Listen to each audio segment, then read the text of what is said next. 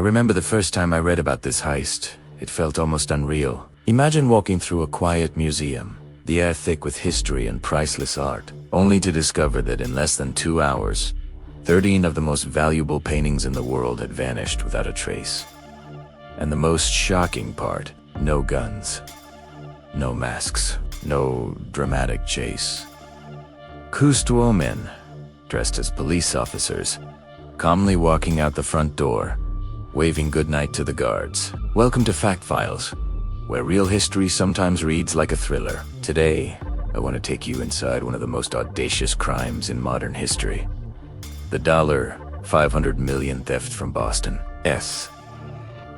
Isabella Stewart Gardner Museum. A heist so bold, so precise, and so mysterious that more than 3 decades later, it still leaves experts and enthusiasts alike shaking their heads. This is not just a story about stolen art. It's a story about timing, human error, opportunity, and the enduring question: can the greatest treasures vanish without a trace and never be recovered? To understand this story, we need to step back into Boston. In the spring of 1990, the Isabella Stewart Gardner Museum was, and still is, a cultural jewel nestled in the Fenway neighborhood.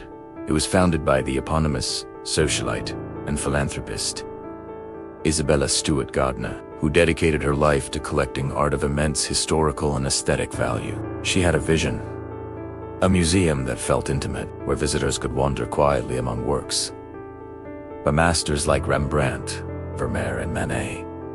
Security was intentionally minimal. Gardner wanted visitors to feel at ease, not intimidated. And in many ways, this set the stage for what would become the largest art heist in U.S. history. On March 18, 1990, 2 men disguised as Boston police officers arrived at the museum around 1:24 a.m. They claimed they were responding to a disturbance call. The museum's night guards, young and inexperienced, welcomed them inside, never suspecting they were about to become witnesses to a crime that would stun the world. Over the course of just 81 minutes, these men would steal 13 irreplaceable artworks, including Vermeer's The Concert and Rembrandt's Storm on the Sea of Galilee. To this day, not a single piece has been recovered, and the empty frames hang silently in the museum as haunting reminders of what was lost. The museum, the security, and the perfect opportunity. I often wonder if the thieves ever imagined how perfectly everything would align. The Gardner Museum's security, by design, was minimal. Only 2 guards patrolled the halls at night.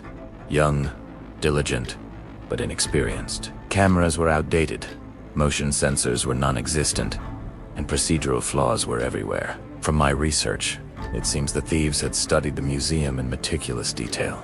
Perhaps they visited as tourists, observing routines, noting the guards' habits, and identifying every gap in security. They understood exactly when the museum was most vulnerable and knew which points they could exploit. The simplicity of the security system, combined with the guards' trust in the appearance of authority, created the perfect storm. The museum was a treasure trove of art, and yet it was also a labyrinth of opportunity waiting for someone bold enough to exploit it. I can't help but think about how human nature played a role here. The guards, trained to trust, were confronted by 2 men who looked the part of law enforcement.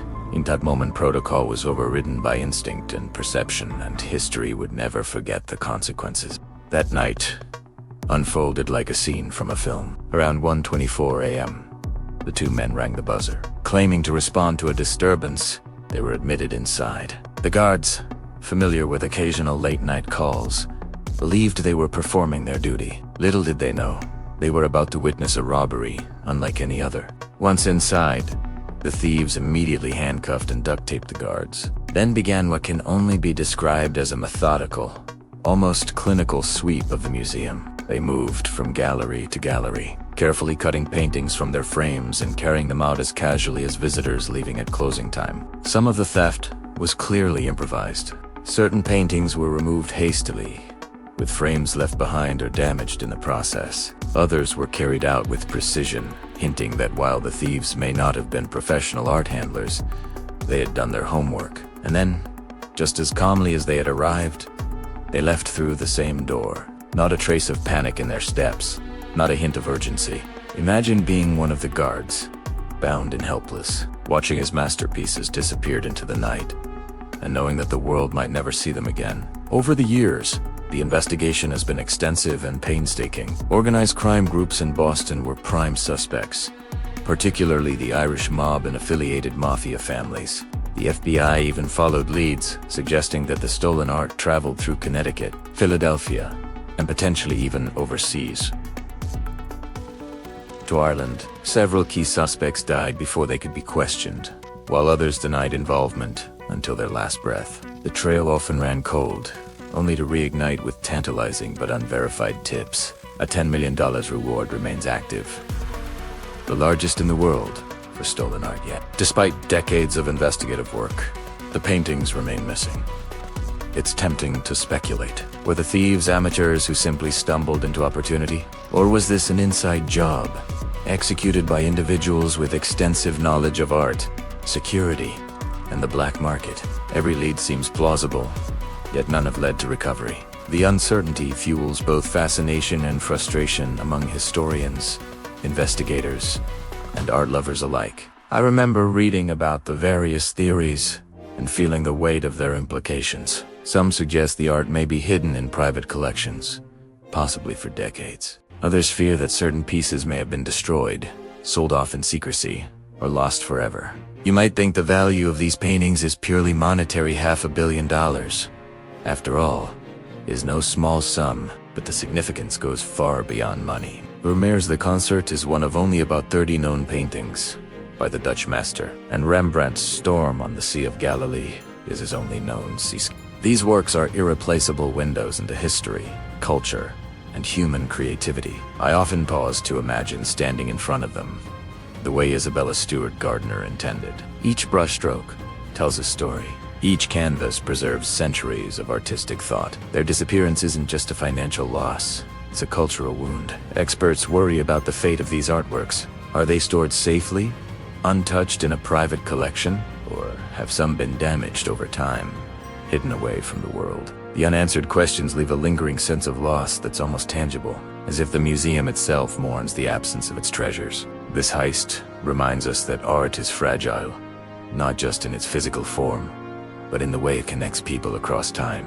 When masterpieces vanish, we lose part of our shared cultural memory, something far more profound than any monetary figure. The Gardner heist exposed vulnerabilities that many cultural institutions underestimated. Museums across the globe reevaluated their security, installing motion detectors, digital surveillance systems, and more rigorous protocols. What was once a quiet, trust-based environment became a fortress of vigilance. The case also shed light on the dark economy of stolen art, a multi-billion-dollar underground market that thrives on secrecy and anonymity.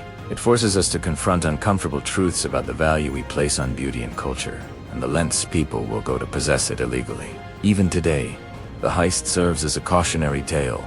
No matter how protected a treasure is, human error and opportunity can render it vulnerable. It's a reminder that history is not just written in museums and archives, but in the unpredictable choices and actions of real people.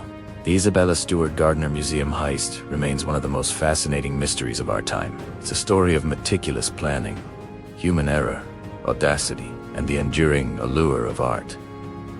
The empty frames that hang in the museum today are silent witnesses, as haunting as they are iconic. Will the stolen masterpieces ever return? Perhaps. Or perhaps they will remain lost.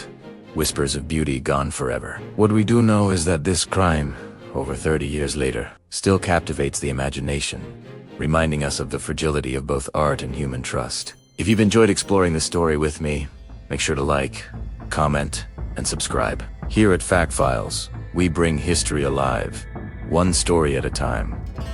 And remember, history isn't just about the past. It's about the lessons, the mysteries, and the human stories that continue to shape our world today.